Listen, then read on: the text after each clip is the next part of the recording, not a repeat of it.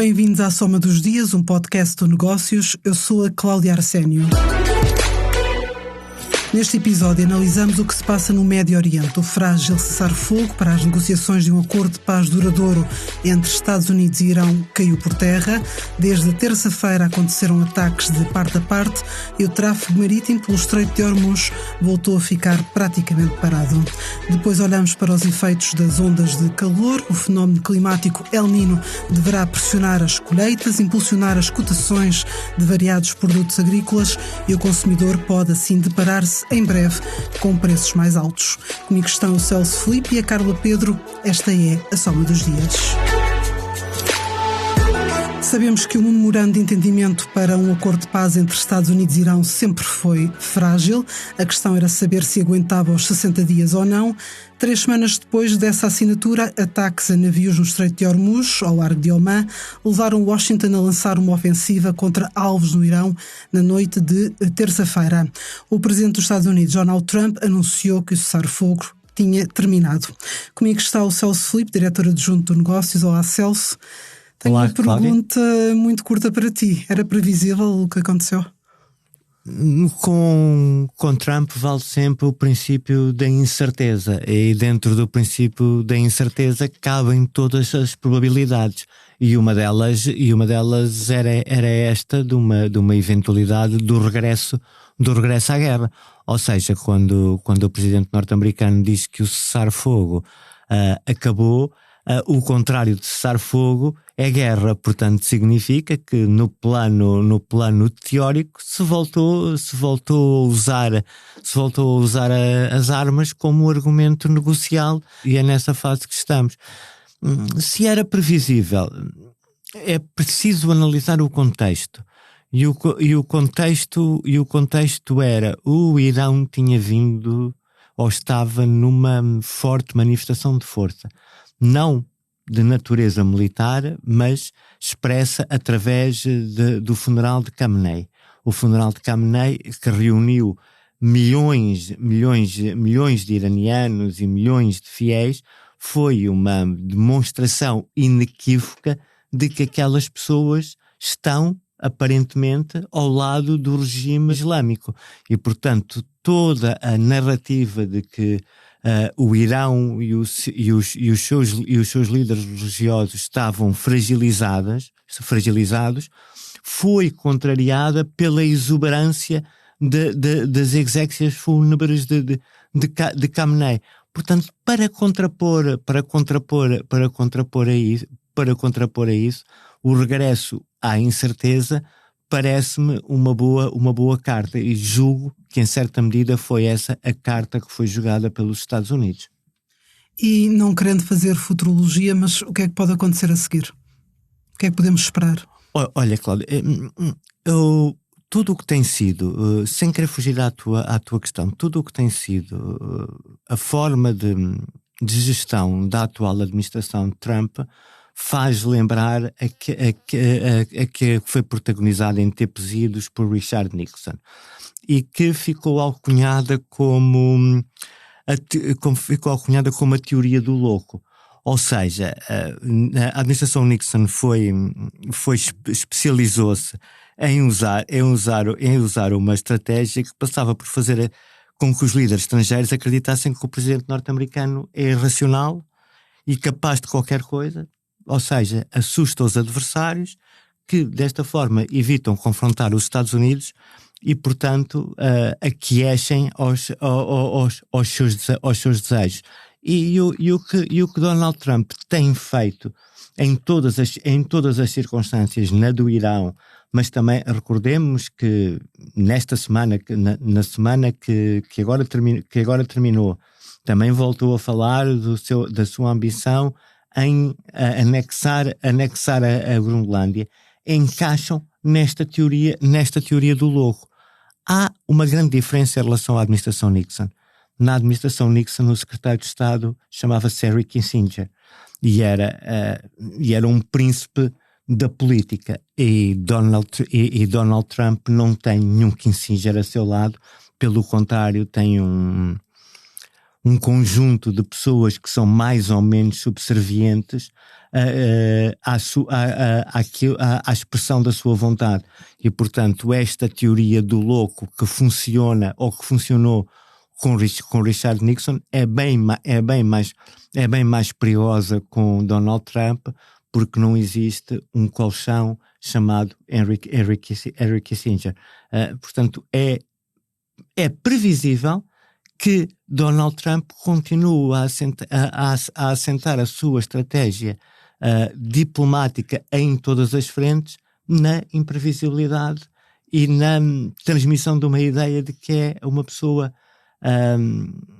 louca, entre aspas, e incontrolável. E a fatura interna? Vamos ver, porque isso há uma questão de factos e há também uma questão de percepção. Nós na Europa temos a percepção de que estes acontecimentos fragilizam os republicanos, fragilizam Donald Trump e o podem penalizar nas midterms de novembro. Eu não julgo que haja alguma evidência disso. E, portanto, enquanto não houver essa evidência clara, Donald Trump vai continuar a jogar desta forma, diplomaticamente, parecendo que isso lhe traz dividendos. Vamos ver se lá mais para a frente esta percepção se irá continuar a manter ou se de facto é preciso fazer marcha atrás e adequar a sua ação à necessidade de captação de votos e para não perder o comboio nas eleições de novembro e correr o risco de ficar maniatado pelos democratas, mas até lá Donald Trump ainda poderá fazer correr muitos rios de tinta de imprevisibilidade, sendo que, se reparares, a memória das pessoas já não é a mesma e a memória transformou-se numa coisa muito curta. Se antigamente as pessoas se lembravam e davam importância a valores como o da seriedade, o do cumprimento e o do cumprimento das promessas, esse tipo de avaliação desapareceu, ou se não desapareceu foi muito minimizada. Nós recordemos o início do mandato de Trump, e Trump prometeu durante a campanha eleitoral que iria acabar com a guerra na Ucrânia em 24 horas. Depois, isso obviamente não aconteceu, e ele disse, eu disse isso, mas estava a ser sarcástico. Portanto, para quem andou meses a fio a fazer leverage da sua relação com Putin e da sua capacidade para resolver um problema de grande complexidade em simples 24 horas, tal revelou-se um fracasso. Depois, no auge da guerra tarifária, prometeu, por exemplo, que iria assinar 90 acordos comerciais com onde tantos países em 90 dias. Aconteceu? Não aconteceu. Portanto, mais uma inverdade ou uma promessa não cumprida. O eleitorado penalizou-o por isso? Não. E, portanto, ele continua a poder ter o mesmo tipo de estratégia porque sabe que a sociedade está muito mais permissiva a este tipo de comportamento em que uma mentira ou uma meia verdade é rapidamente esquecida, porque nesta época de comunicação instantânea se cria logo a seguir outra mentira e outra meia verdade, e portanto aquilo que se chama o fact-checking da informação é cada vez mais difícil, porque estamos quase a criar novos factos, novas informações, novos dados a uma velocidade incrível. E a sociedade, ou por desencanto em relação aos políticos, ou porque ela própria também se transformou nisso, deixou de se preocupar ou de ter na sua balança de avaliação das pessoas e dos factos, critérios como os da seriedade ou da honestidade. E voltando à questão do cessar-fogo, quais são as implicações para a região e para o mundo? Eu acredito que esta guerra, continuando a existir, será de curta duração. Julgo sem querer ter dotes de futurologia, julgo que isto foi um pico de ataques e depois vai abrandar e depois mais dia, menos dia poderá haver outro, mas não se terá nunca a intensidade que foi no início da guerra, porque as pessoas não estão já preparadas para isso, já não querem ouvir falar desta guerra. Os mercados também já descontaram estas guerras, embora o petróleo tenha subido, agora voltou a descer, portanto a economia já se adaptou a esta nova realidade disruptiva. Portanto, a guerra tem pouco efeito. Portanto, eu acredito que os ataques dos Estados Unidos ao Irão se vão reduzir. Depois há outra guerra, que é a guerra de Israel contra o Líbano. Sobre essa é mais difícil fazer vaticínios, embora aí acredito que Tel Aviv vai continuar a manter a pressão sobre o Líbano. E a guerra no Médio Oriente também fez subir os preços dos produtos alimentares e o fenómeno climático El Niño pode ainda piorar o cenário. Café, cacau, açúcar são algumas das colheitas que podem ser afetadas pelas temperaturas mais altas. Para nos ajudar a perceber as consequências do calor extremo nos produtos que chegam às prateleiras dos supermercados, tenho comigo a Carla Pedro, coordenadora de mercados. Olá, Carla. Olá. O clima, como sabemos, influencia a agricultura, mas as temperaturas extremas podem trazer consequências ainda piores. Podes explicar-nos um pouco o que é o El Niño?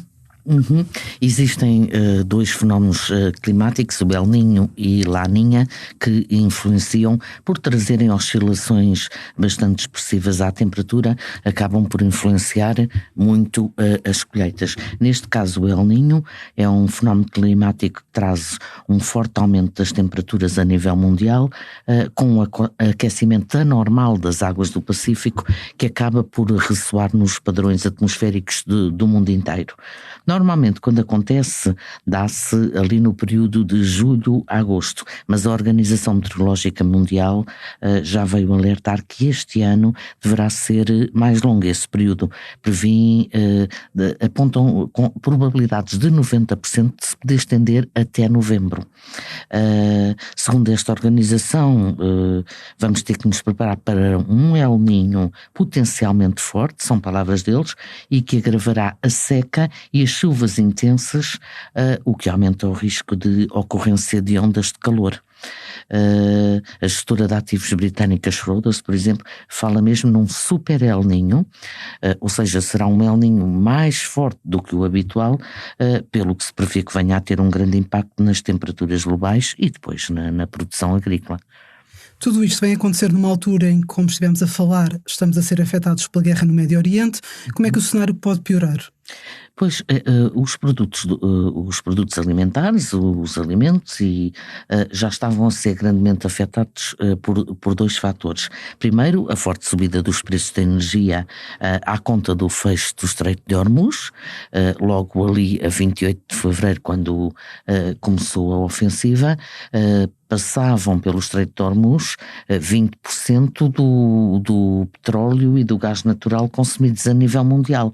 Ora, isto fez subir os preços de tudo e mais alguma coisa, nomeadamente do custo dos transportes, o que afeta logo também os preços dos produtos agrícolas, além de que levou a pressões inflacionistas que apontam para subidas de juro já este ano por parte dos bancos centrais, quando estávamos num ciclo até de queda. Por outro lado, o fecho de Hormuz também retirou da oferta um grande volume de fertilizantes. Nós falamos muito do gás natural e do petróleo, mas passava um grande volume de fertilizantes por esta via marítima, que são essenciais para a agricultura. Ora, a estes dois fatores junta-se agora o terceiro, que é o El Niño, e isto vai prever-se que afete as colheitas de muitas regiões do mundo, algumas delas de importantes zonas de produção de commodities agrícolas, e este El Niño potencialmente forte de 2026 vai alterar a distribuição global de chuva e somar-se à perturbação neste abastecimento de fertilizantes e podem empurrar, segundo as fraudas, podem empurrar a inflação alimentar do próximo ano para valores de 2 dígitos. Dá-me exemplos concretos. Que matérias-primas é que podem disparar em bolsa? E nestas questões os investidores até podem sair beneficiados, não é? Mas os consumidores é que pagam a fatura. Precisamente, há sempre dois lados da moeda. Para quem investe em commodities agrícolas agora está a dar, e quanto mais depressa entrarem no comboio das compras melhor, porque se espera que estão a subir e espera-se que subam ainda mais, de algumas das que falaste e de outras. Café. Sim, sobretudo trigo, açúcar, cacau, café, arroz, óleo de soja, são produtos que poderão ser bastante influenciados com aumentos de preço este ano. É bom para os investidores, mas claro, para os consumidores, que ainda não estávamos refeitos daquela subida toda com a guerra da Ucrânia que começou em 2022 e 4 anos depois, também em fevereiro, vem esta guerra. Exatamente, e o que isso mexe com os juros, com todos os custos. E o risco para a produção agrícola é mais sério, neste caso do El Niño, nas regiões onde não foram garantidos estoques de fertilizantes antes do conflito, no Médio Oriente, e no caso de culturas que têm elevadas necessidades nutricionais. Entram agora naquela fase-chave de desenvolvimento, mesmo quando a intensidade do El Niño se prevê que atinja o seu pico. Por isso, torna-se ainda mais complicado. A confluência destes fatores de risco é mais visível, como falava há pouco, naqueles produtos. Um pouco por todos, mas nestes bastante. E posso dar exemplos. Por exemplo, traz chuvas de monção mais fracas e um calor acima do normal para as zonas de cultivo de arroz no sul da Ásia. Na África Ocidental já há o risco de condições mais secas e ventos ainda mais fortes, o que afeta a produção de cacau, que é extremamente sensível. Já no trigo, prevê-se que a área plantada na Austrália registre uma queda acentuada, pode diminuir em cerca de 9 milhões de toneladas na atual campanha agrícola de 2026-27. O açúcar também deve estar especialmente vulnerável. Não só por isto, é que já em episódios anteriores do El Niño, a produção na Índia e na Tailândia registrou quedas de 20% a 3%, mas temos outro problema aqui, que é com o choque petrolífero no Médio Oriente. Houve uma maior procura por biocombustíveis, ou seja, aumenta a utilização de açúcar, milho e óleo de soja. Por isso, uma maior parte das reservas de açúcar está a ser desviada para a produção de etanol, por isso ainda faz subir mais os preços. Para terminar, dando o exemplo do café, as oscilações climáticas no Brasil, não é? Grande produtor, também arrasaram as colheitas, afetaram não só a variedade arábica, mas também o robusta, e isto a juntar-se à diminuição dos estoques certificados e à ameaça do El Niño, espera-se que tudo continue a subir. Nada animador. Obrigada a ambos, e assim terminamos mais um episódio da Soma dos Dias. Até para a semana, porque há sempre histórias para contar.